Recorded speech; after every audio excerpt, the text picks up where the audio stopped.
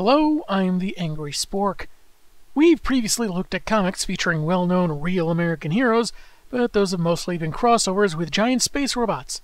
That changes today, as I'm taking issue with G.I. Joe Reinstated, the 4-issue arc from 2001 that continues the previous Marvel series that ended in 1994. I hope all those numbers at once weren't too confusing. Let's see if this comic fights to save the day, or turns out to be like Cobra, the enemy.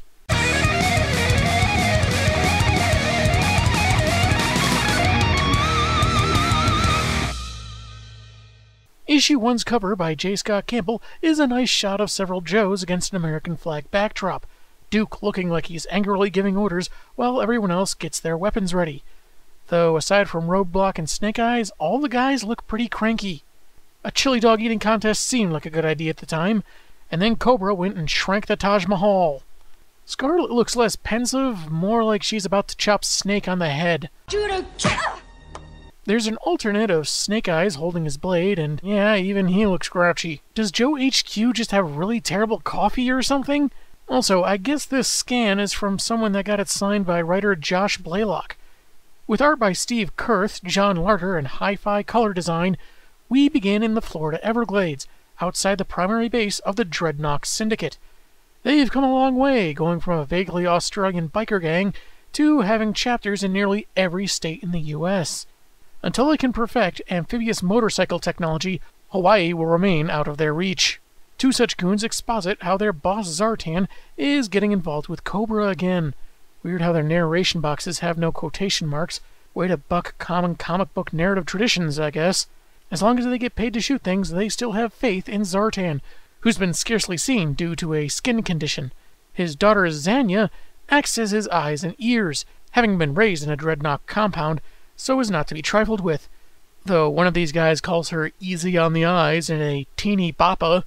Do evil organizations have HR departments? Because this seems like a serious red flag. They're observed by a masked figure who deftly kills an approaching alligator before taking off. Is it just me, or is that show Swamp People really desperate to get a ratings boost this season? He returns to his silent master in the High Sierras with information on the facility, from layout to guard schedules. Also, I killed a gator, so I hope you had a new pair of boots on your Christmas list. The Master takes the 2000 gig liquid protein storage disk into another room. I couldn't find anything for that specific term, but using molecules for data storage has become more workable 2 decades later, so it's not so outlandish. In any event, he sends the data to Duke, who knew his old buddy Snake Eyes would pull through, and will send details about their homecoming in 2 days. Hey, I like that Spider-Man movie too, but is it really worth this much fuss? Also, note the picture of Snake with the other Joes posing in front of a downed Cobra plane. No need to worry about the land on fire, just smile for the camera, I suppose. Jump to the meeting, with panels mostly focused on a very grumpy Duke as he shows surveillance of Cobra activity in Cuba and the Middle East, along with a photo of Cobra Commander himself making a return to American soil. Various intelligence agencies met with the president, and subsequently, G.I. Joe has been called back into active duty. He's got Scarlet, Snake, Shipwreck, Roadblock, and Flint, who all agree to act as commanders to the younger crew they'll be putting together. And yeesh, most of them look like they had botched facelifts. Either that, or they're already victims of Cobra's nefarious Botox ray. This mission, like all our old ones, involved risking injury or possibly death at the hands of Cobra. Don't you mean injury or possibly falling into a coma until after a big climactic battle at the hands of Cobra? We skip over refreshing themselves on their old foes to later when they're told to report for duty on Monday. Shipwreck thinks Duke is behaving a bit different after years of being a ghost, but more importantly, drinks with Roadblock and Flint.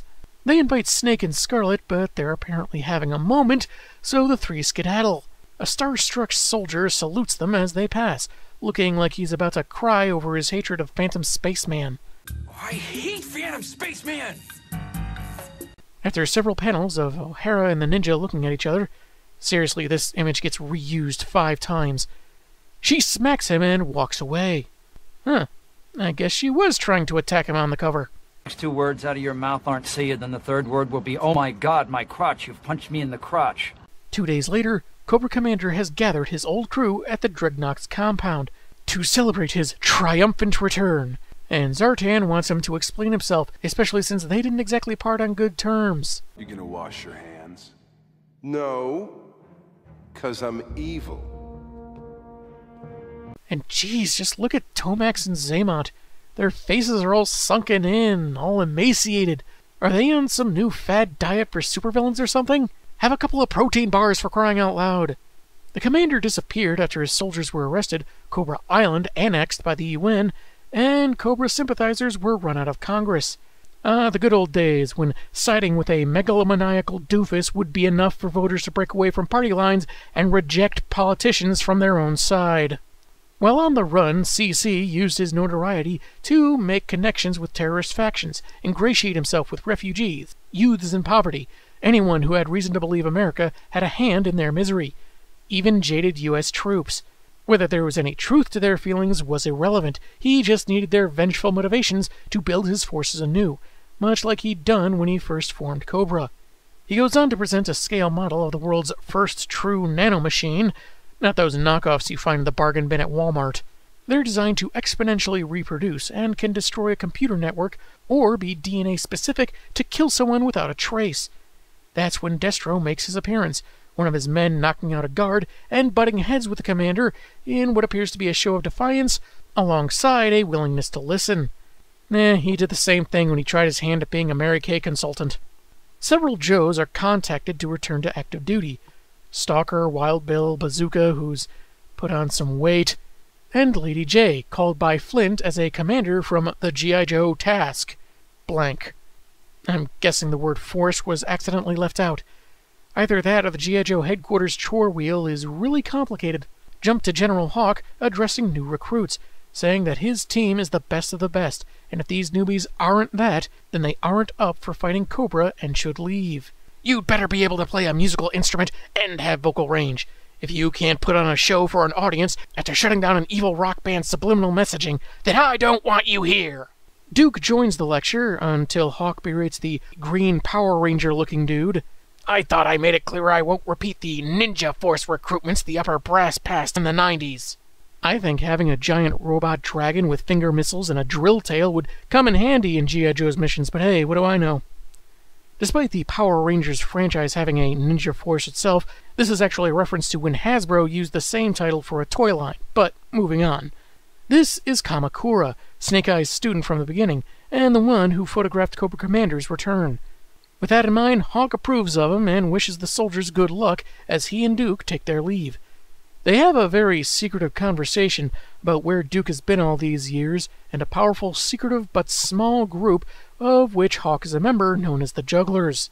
They've got a huge rivalry with the Central Park Mimes, the Living Statues, and the Middle-Aged Plate Spinners.